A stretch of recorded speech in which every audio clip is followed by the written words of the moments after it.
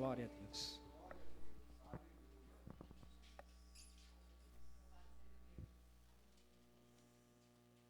Graça e paz, amados.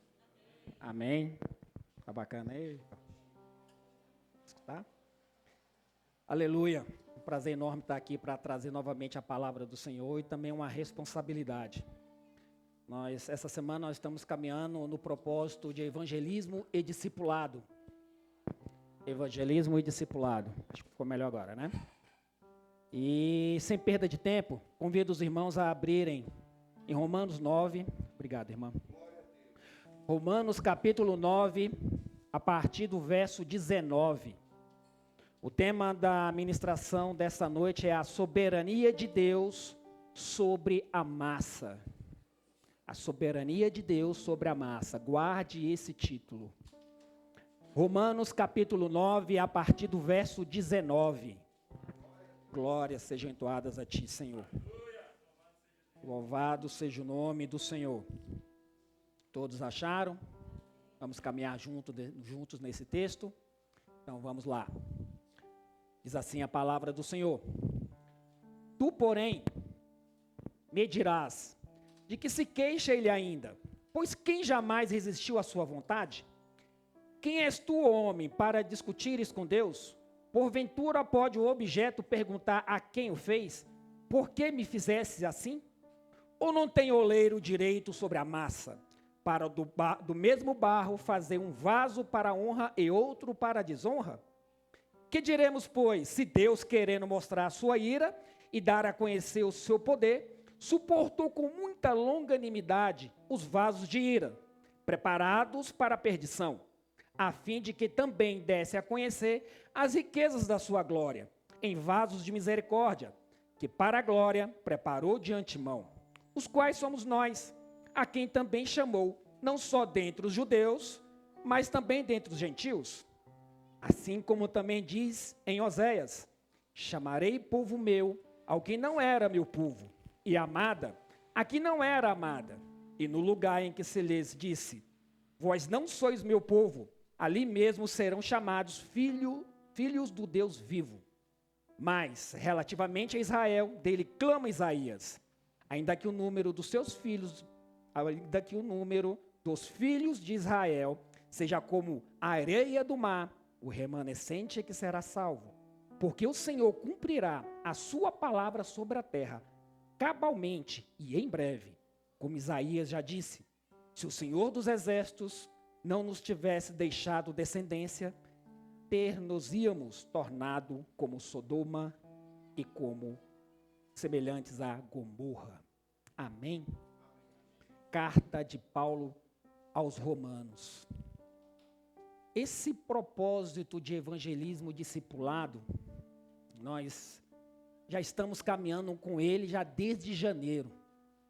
Nós temos praticamente 11 meses caminhando em 5 propósitos diferentes. E nessa caminhada, muito fomos edificados e às vezes a gente numa semana tinha um propósito, em outra semana a gente tinha outro propósito, mas Deus conduzia, parecia que uma ministração era a sequência da outra. Isso é o Espírito Santo dirigindo a igreja, dirigindo os seus ministradores a buscar nele e ele trazer a palavra para edificar o corpo de Cristo. Na ministração do presbítero Ivan, na última ministração dele, Deus trouxe para ele uma palavra que era continuação da penúltima palavra que ele ministrou. E Deus fez a mesma coisa comigo. Na minha última ministração, foi em 11 ministérios. Nós estamos em discipulado e evangelismo. A mensagem que foi pregada, que eu ministrei aqui, foi com o tema uma mensagem urgente. Onde nós falamos do ministério da reconciliação, que todos aqueles que são reconciliados, eles têm a obrigação também de levar a palavra e reconciliar aqueles que não conhecem a Cristo. O ministério da reconciliação, nós somos capacitados a falar das boas novas, do evangelho da salvação, do evangelho da esperança, e ele traz consigo um novo nascimento, uma nova família, uma nova pátria e uma nova e viva esperança. A esperança baseada não aqui na terra, mas na eternidade. E nós aprendemos também que há um princípio dentro do evangelho que a gente tem que aprender e colocar em prática, que é o de receber, celebrar, mas nós precisamos compartilhar, porque se formos reconciliados com Deus, nós precisamos levar a palavra de reconciliação àqueles que não conhecem ainda. Mas aí a gente cai num grande problema que às vezes começa a dar parafuso nas nossas cabeças. Como evangelizar? Muitas das vezes a gente tenta evangelizar até a nossa parentela e mesmo assim eles não recebem a palavra de salvação da mesma forma que nós recebemos, com a mesma alegria.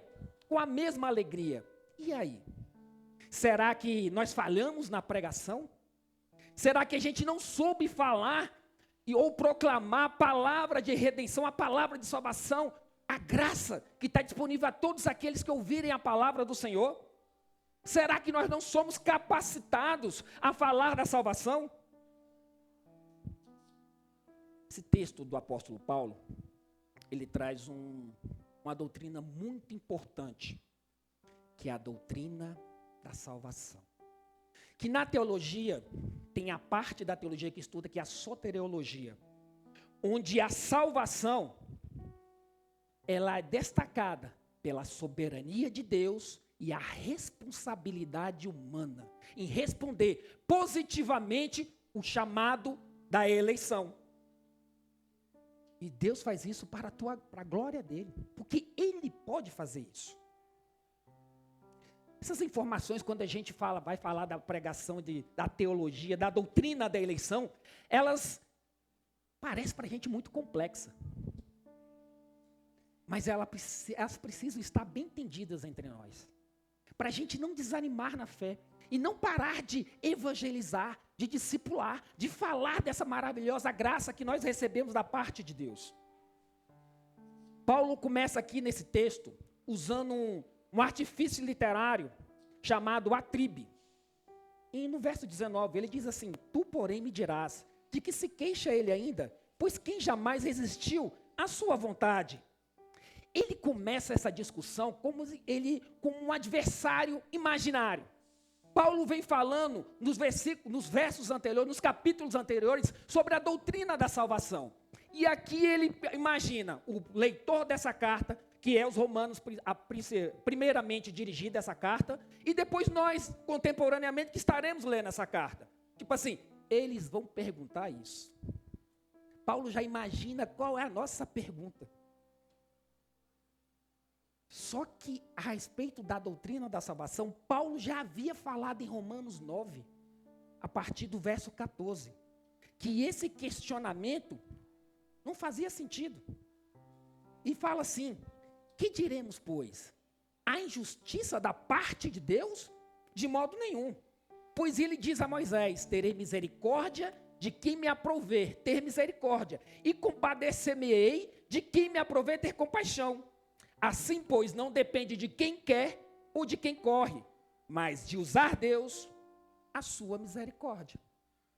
Deus salva uns e outros são perdidos pela misericórdia e compaixão dele. E ele pode isso. Esse texto, Paulo se referia exatamente a Êxodo 33, 19, capítulo 33, 19, quando Moisés questionou uma situação junto a Deus, e Deus respondeu isso. Aparentemente, o questionamento, ou o equilíbrio entre soberania de Deus e a responsabilidade humana na salvação, parece que não faz muito sentido na nossa cabeça, não é? Aparentemente. Porque a gente precisa entender e analisar quais são os aspectos que traz a doutrina da salvação. E o primeiro aspecto que eu queria expor para os amados é que Deus pode fazer o que quiser com a sua criação caída. Deus pode fazer o que quiser. Romanos 9, a partir do verso 20, o texto que nós lemos diz assim: Quem és tu, ó homem, para discutires com Deus? Porventura pode o objeto perguntar quem o fez? Por que me fizeste assim? E não tem o oleiro direito sobre a massa, para do mesmo barro fazer o vaso para a honra e outro para a desonra? Que diremos, pois, se Deus, querendo mostrar a sua ira e dar a conhecer o seu poder, suportou com muita longanimidade os vasos de ira, preparados para a perdição. Deus não se importa se nós perguntarmos para Ele o que nós não entendemos, de forma nenhuma. Aliás, Deus quer que a gente até faça perguntas, que quantas mais perguntas nós fizermos, mais nós aprenderemos da parte de Deus, da parte da salvação, da parte dos princípios de Deus. O que Paulo traz aqui não é um artifício contra o questionamento. O que Paulo traz aqui é um argumento presunçoso daquele que pergunta e acha que a sabedoria humana é maior do que a sabedoria de Deus. E esse é que é o grande problema. E aqui nós temos que analisar o seguinte: será que a sabedoria humana é maior que a sabedoria de Deus? Em Isaías 45, Deus responde ao povo de Israel sobre um questionamento que eles estavam fazendo, porque Deus iria usar o rei Ciro para libertar o povo de Israel do cativeiro, que eles estavam na Babilônia, cativo. E Deus fala desse jeito em Isaías 45, a partir do verso 9. Ai daquele que contende com seu Criador e não passa de um caco de barro entre outros cacos. Acaso dirá o barro ao que lhe dá forma: que fazes? Ou a tua obra não tem alça? Ai daquele que diz ao pai: por que geras? E à mulher: por que dás à luz? Assim diz o Senhor, o Santo de Israel, aquele que o formou. Quereis acaso saber as coisas futuras? Quereis dar ordens acerca dos meus filhos e acerca das obras das minhas mãos? Eu fiz a terra e criei nela o homem. As minhas mãos estenderam aos céus, e a todos os seus exércitos dei as minhas ordens. Será que nós podemos pensar que a nossa sabedoria se iguala à sabedoria de Deus? Isaías, usado por Deus, fala que a gente não passa de um caco de barro e mais nada. E Deus tem direito sobre toda essa massa caída de barro, que caiu por causa do pecado dos nossos pais, de Adão e Eva. Deus tem direito porque Deus é soberano. Ele é onipotente, Ele é onisciente e onipresente. Quem somos nós para questionar se Deus escolhe os vasos de honra e vasos de desonra? Vasos de misericórdia ou vasos de ira? Deus está no começo e no fim da história. Quem somos nós para questionar os propósitos eternos de Deus? Quem conheceu a mente do Senhor? Ou quem foi seu conselheiro? Quem primeiro deu alguma coisa para Deus para que Ele pudesse recompensar? Estou parafraseando Romanos 11, 34, 35. Quem conheceu a mente do Senhor? Pode o objeto perguntar alguma coisa ao seu Criador, por que Ele fez assim? Podemos nós perguntar a Deus por que fez nós com 2 pernas, 2 braços, 2 orelhas e uma boca e um nariz? A nossa capacidade é tão pífia, mas tão pífia, que a gente não consegue enxergar o que está depois da esquina. Como saberemos os propósitos eternos de Deus? Impossível. Impossível. Deus tem direito sobre toda a criação. Deus tem direito sobre toda a massa. Deus deu direito sobre aquele barro, que é esse barro caído. E é isso que ele fala em Romanos 9, no começo do verso 21. Ou não tem o oleiro direito sobre a massa?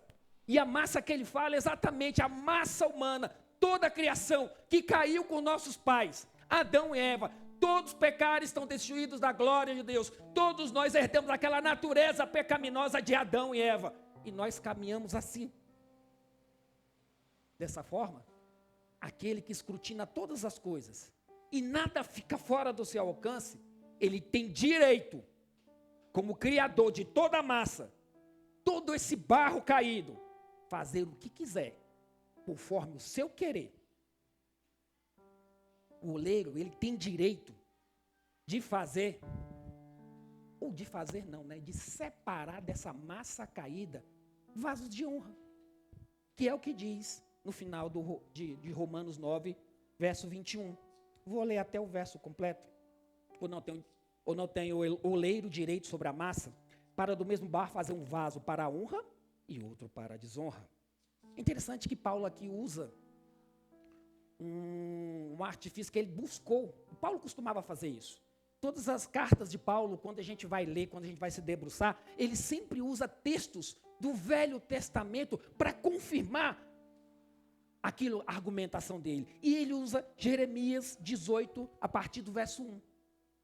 Diz assim, a palavra do Senhor que veio a Jeremias dizendo: dispõe-te e desce à casa do oleiro, e lá ouvirás as minhas palavras. Desci à casa do oleiro, e eis que ele estava entregue à sua obra, sobre as rodas. Como o vaso que o oleiro fazia de barro se estragou na mão, tornou a fazer dele outro vaso. Agora que vem a peça-chave aqui. Segundo bem lhe pareceu. Deus faz da sua criação segundo o que bem ele entende. E no verso 6 ele diz: não poderei eu fazer de vós como fez este oleiro, ó casa de Israel? Diz o Senhor: eis que como barro na mão do oleiro, assim sois vós na minha mão, ó casa de Israel.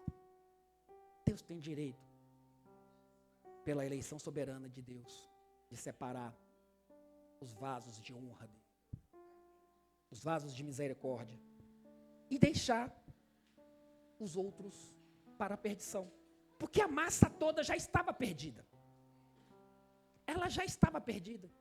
Se fosse pela justiça de Deus, toda a massa seria condenada. Mas pela misericórdia de Deus, para a glória dele, ele separa uma parte dessa massa para a honra.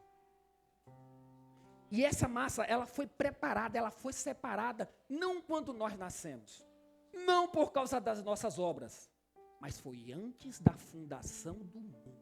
E é o que Paulo diz aqui, no verso 23 de Romanos 9. A fim de que também desse a conhecer as riquezas da sua glória, em vasos de misericórdia, que para a glória preparou de antemão. Deus preparou de antemão esses vasos para a glória dele. E essa separação não foi por causa da descendência familiar. Não foi porque a gente convive com crente. Não é porque a gente convive com pessoas salvas. Não é porque uma pessoa da família é salva, então você será salvo. Olha o que Paulo diz em Romanos 9, 6 e 8. E não pensemos que a palavra de Deus haja falhado, porque nem todos os de Israel são de fato israelitas. Nem todos de uma linhagem étnica são realmente israelitas. E ele fala: nem por serem descendentes de Abraão são todos seus filhos, mas em Isaque será chamada a tua descendência. Isto é, esses filhos de Deus não são propriamente os da carne, mas devem ser considerados como descendência os filhos da promessa. E os filhos da promessa quem é? Os filhos da promessa é aqueles que aceitaram o Senhor Jesus como seu único e suficiente Salvador. São aqueles que aceitaram o Senhor Jesus como seu Senhor e Salvador. Esses são os verdadeiros israelitas. Nem todo nascido da etnia de Israel é israelita. Nem todo filho de crente será crente. Não é porque você convive com a pessoa crente que crê, eu estou falando crente que crê em Cristo, crê em Cristo como Senhor e Salvador, é que você será salvo. Não, isso é uma decisão pessoal. É uma decisão pessoal. Quando Paulo fala Israel, ele fala de uma nação. Quando ele fala de israelita, ele fala de um povo que aceitou Jesus como Senhor e Salvador e obedece os seus princípios. E quando ele se remete aos israelitas, ele fala de um povo do Antigo Testamento que olhou para o futuro e creu que viria um Messias que salvaria toda a humanidade.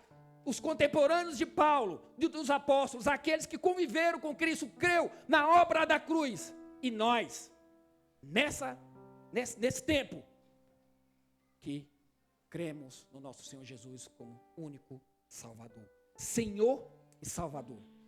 Quando Paulo fala em Israel, ele fala de uma igreja visível.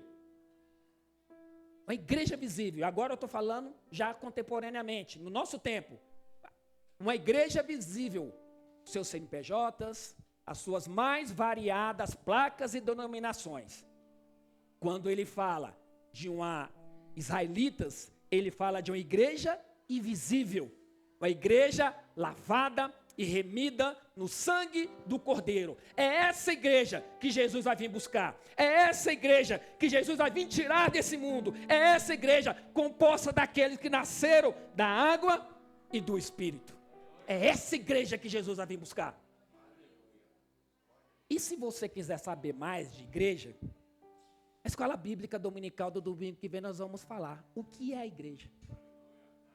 Isso é só um aperitivo. Amém? Quem quiser saber mais, escola bíblica dominical, às 9 horas da manhã. Voltando para o nosso texto. Esses que receberam a palavra de salvação e que são os israelitas, eles são os filhos da promessa, os vasos de honra que Deus preparou de antemão. E esse sabe quem é? Somos nós. Somos nós. Somos nós que reconciliamos com Deus e somos embaixadores da reconciliação. Porque nós fomos reconciliados com Deus. Os vasos de honra, eles não vêm pelas obras. Eles não são escolhidos pelas obras. A gente pode olhar isso na história de Jacó e de Esaú. E Paulo cita isso em Romanos 9, 11 a 14. E ainda não eram gêmeos nascidos, nem tinha praticado bem ou mal, para que o propósito de Deus quanto à eleição prevalecesse, não por obras, mas por aquele que chama. Já fora dito a ela, a mãe de Jacó e de Esaú, que é Rebeca, o mais velho será servo do mais novo. Como está escrito, amei Jacó, porém me aborreci com Esaú. Que diremos, pois? A injustiça da parte de Deus? De modo nenhum. Não há injustiça da parte de Deus. E é interessante que quando a gente vai se debruçar sobre a história de Jacó e de Esaú, nós vemos que eles já brigam, já dentro do ventre de Rebeca. Já lutam, duas nações brigando entre si. E quando a gente vai olhar a história de cada um deles, eu particularmente, se fosse para escolher, eu escolheria Esaú. E como Jacó foi terrível. Mentiroso, trapaceiro, foi uma pessoa terrível. Eu, se fosse escolher, escolheria Esaú, sinceramente. Para a gente ver que as escolhas não é pela obra. Mas Deus, soberanamente, escolheu Jacó. E conforme a vontade dele. E Jacó, no Val de Jaboque, atendeu o chamado de Deus, responsivamente. E não há injustiça na escolha de Deus. Porque ele sabe tudo. E é interessante que o texto, em Romanos 9, 22, traz que, com relação aos vasos de desonra, não é que Deus preparou, é que Deus suportou os vasos de desonra. Interessante isso. É porque que ele suportou. Vamos ver? Verso 29. Que diremos, pois, se Deus, querendo mostrar sua ira, a dar a conhecer o seu poder, suportou com muita longanimidade os vasos de ira preparados para a perdição. Meus amados, longanimidade é paciência. E Deus suportou e suporta esses vasos com muita paciência. Mas sabe por que Deus suporta com muita paciência? Porque eles comem a comida de Deus, eles respiram o ar de Deus, eles tomam a água de Deus, eles enricam com as riquezas de Deus. Esses vasos que Deus tem suportado, eles, por causa da sua vida em desobediência a Deus, Deus suporta eles por causa disso. Uma vida em saciar as vontades carnais e materiais, uma vida indiferente às leis de Deus, uma vida alheia às coisas de Deus, querendo viver para si próprio. E com essa atitude, eles mesmos se preparam para a perdição. Eles mesmos. E Paulo traz isso em Romanos capítulo 2, a partir do verso 5. Contudo, por causa da sua teimosia e do seu coração obstinado, você está acumulando ira contra si mesmo. Para o dia da ira de Deus, quando se revelará o seu justo julgamento.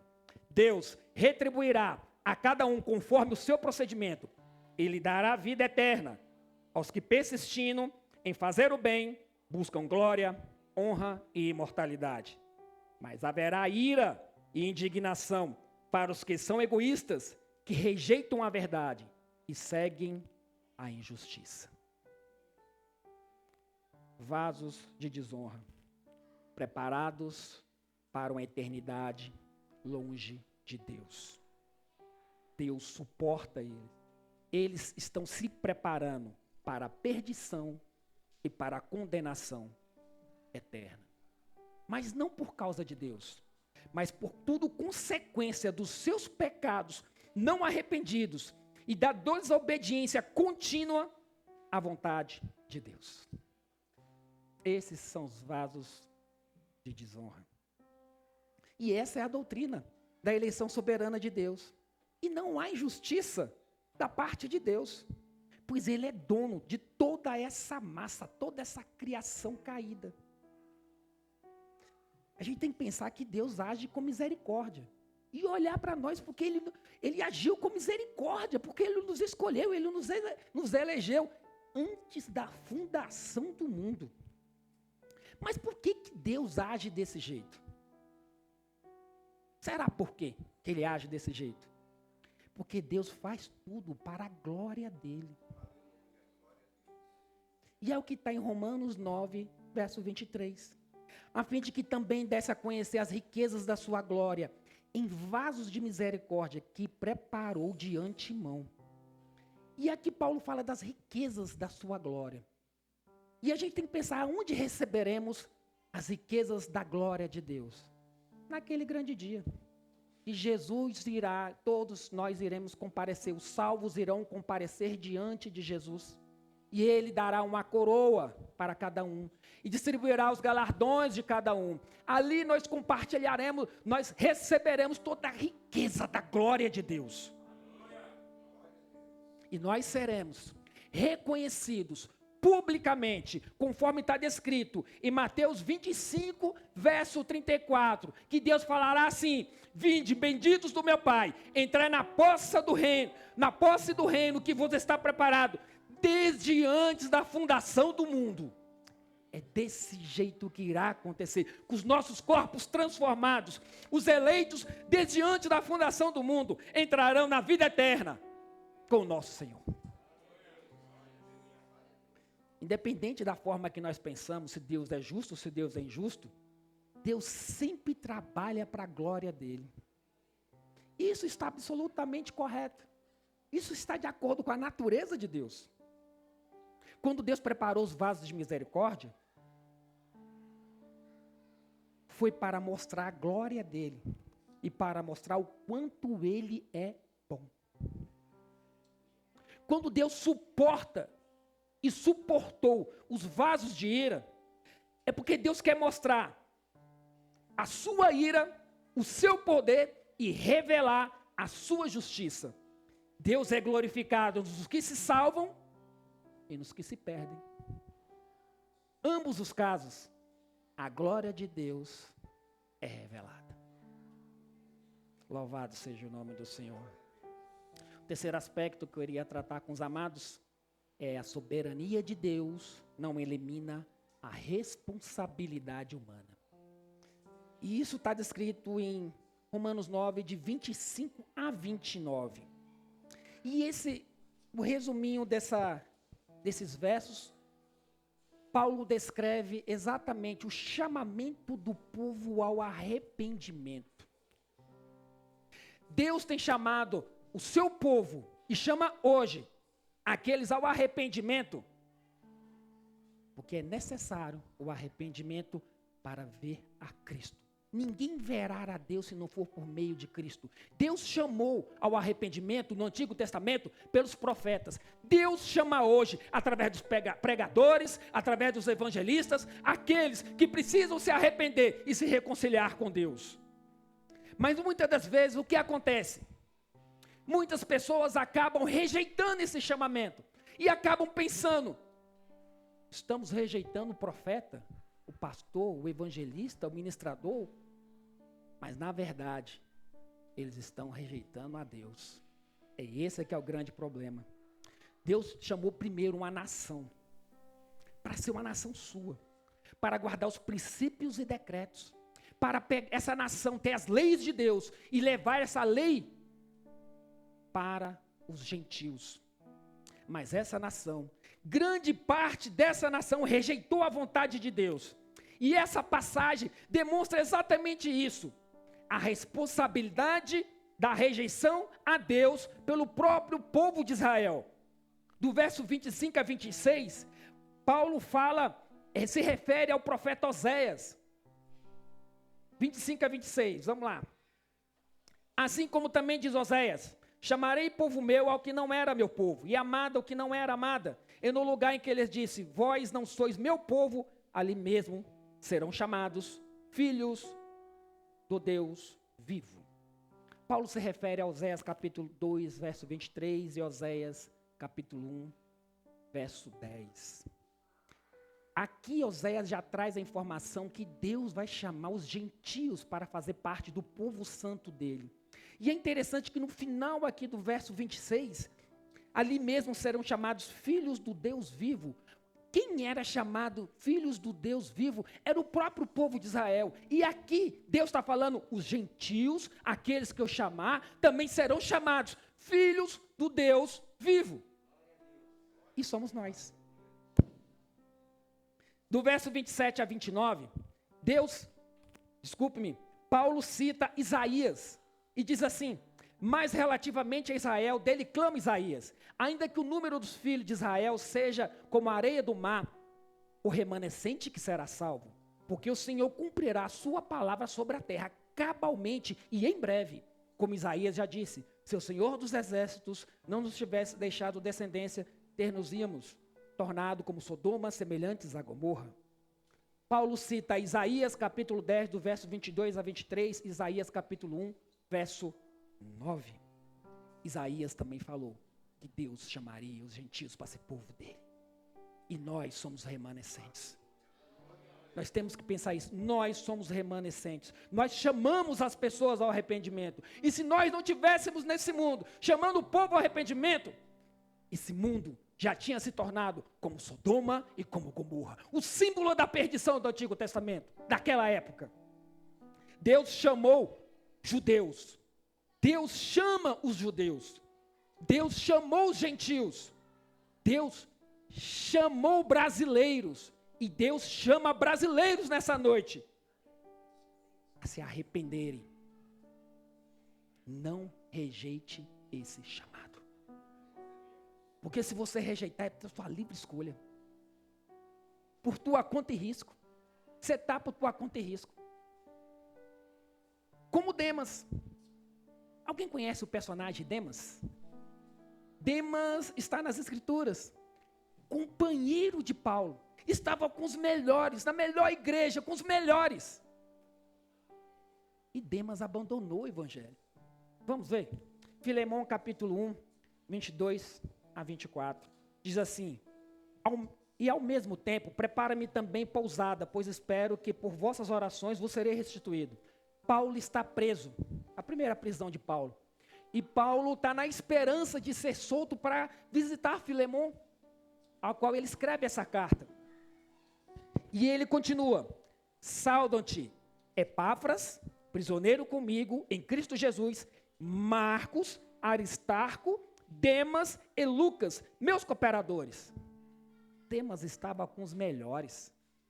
Demas estava com Marcos, sobrinho de Barnabé.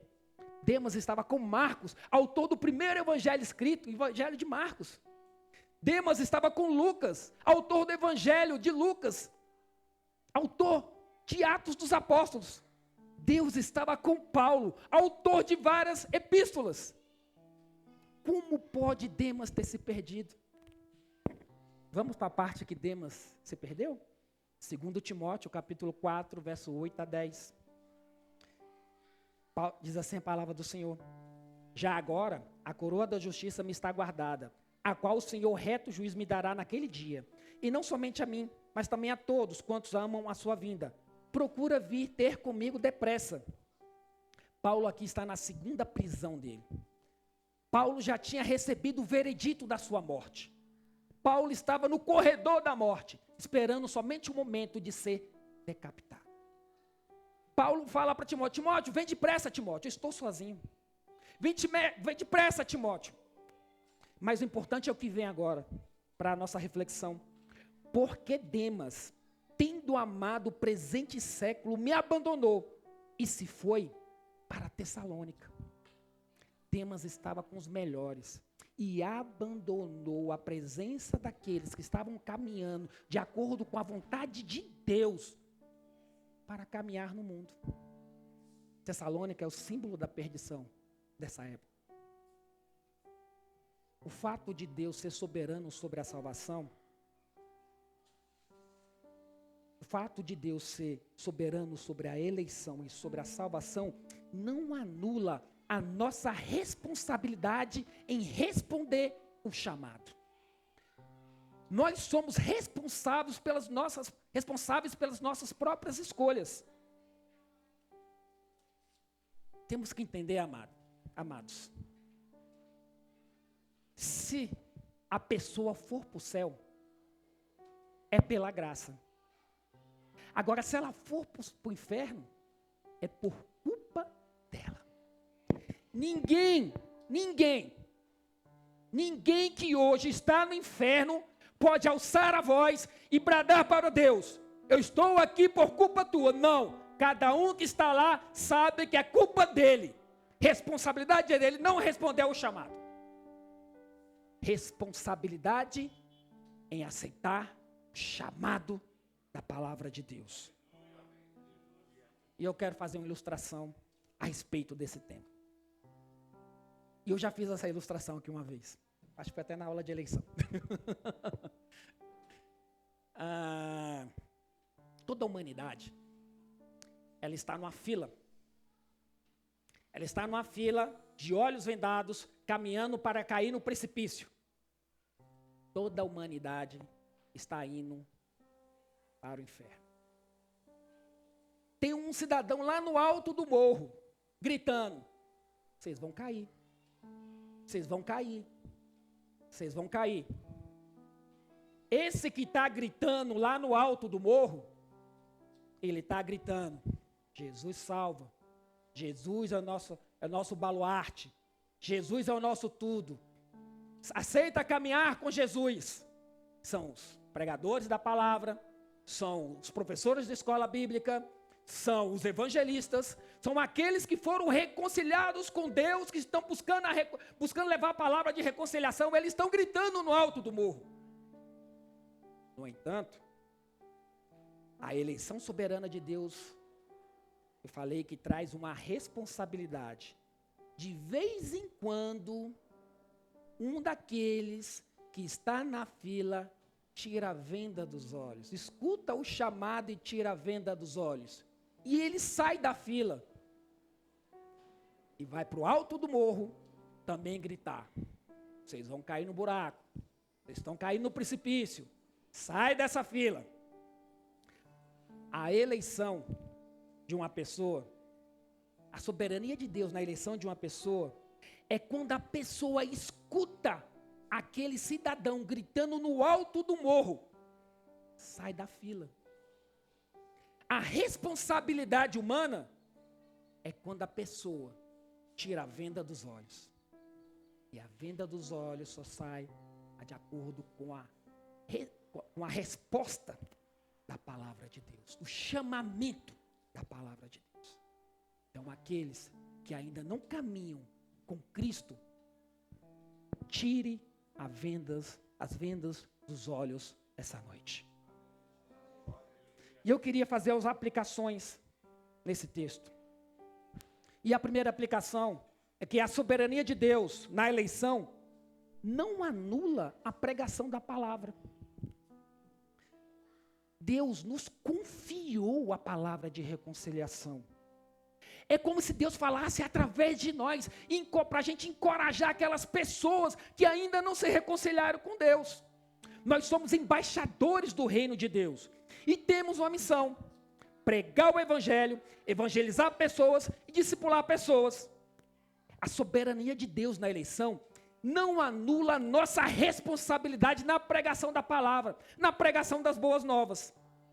Nós devemos sim encorajar homens e mulheres para se reconciliarem com Deus, pois nós não sabemos quem são os eleitos. Amém? Louvado seja o nome do Senhor.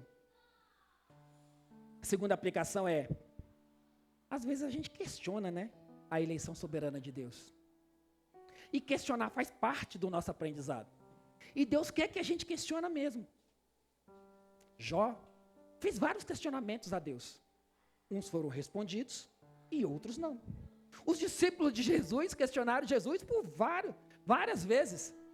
Jesus tinha o prazer de responder a esses questionamentos. O que a gente não pode falar é que isso não está na Bíblia. A gente pode não ter um entendimento completo a respeito disso. Mas o que a gente não pode falar é que não existe. Está aqui, está nas Escrituras, como vimos.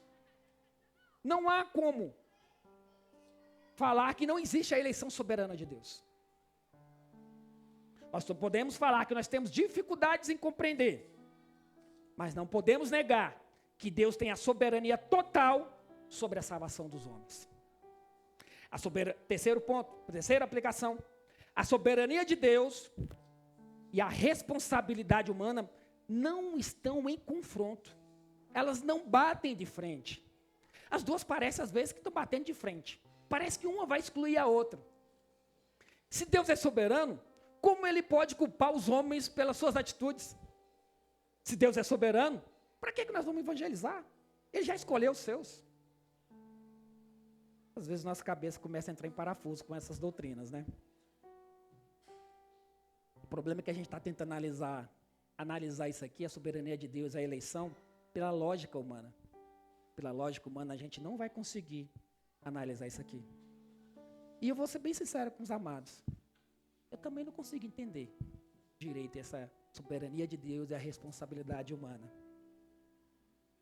Mas Deus ensina isso, a Bíblia ensina isso, e essas verdades, essas duas verdades, com a mesma intensidade, a mesma clareza. A soberania de Deus e a responsabilidade humana, sem se anular, sem se diminuir. Não há como fazer de uma forma diferente. Paulo traz as duas verdades aqui na mesma paridade, do mesmo jeito, na mesma altura. E o cristianismo está cheio dessas coisas. Você quer ver?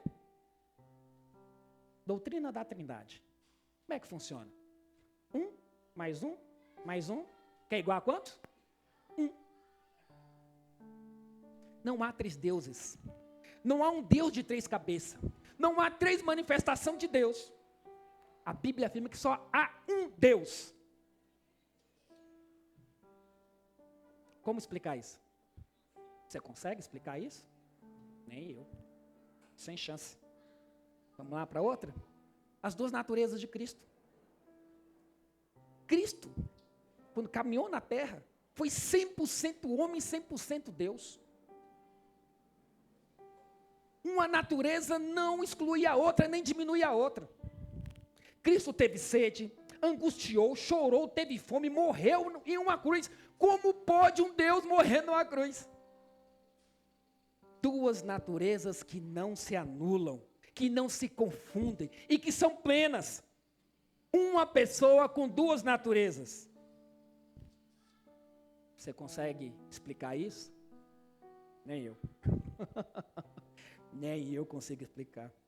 E do mesmo jeito, a soberania de Deus na salvação e a responsabilidade humana caminham do mesmo jeito aqui. E a Bíblia fala isso. Quando a gente fala exemplo de eleição, quando a gente traz um texto bíblico de exemplos da eleição, vamos para João 15:16.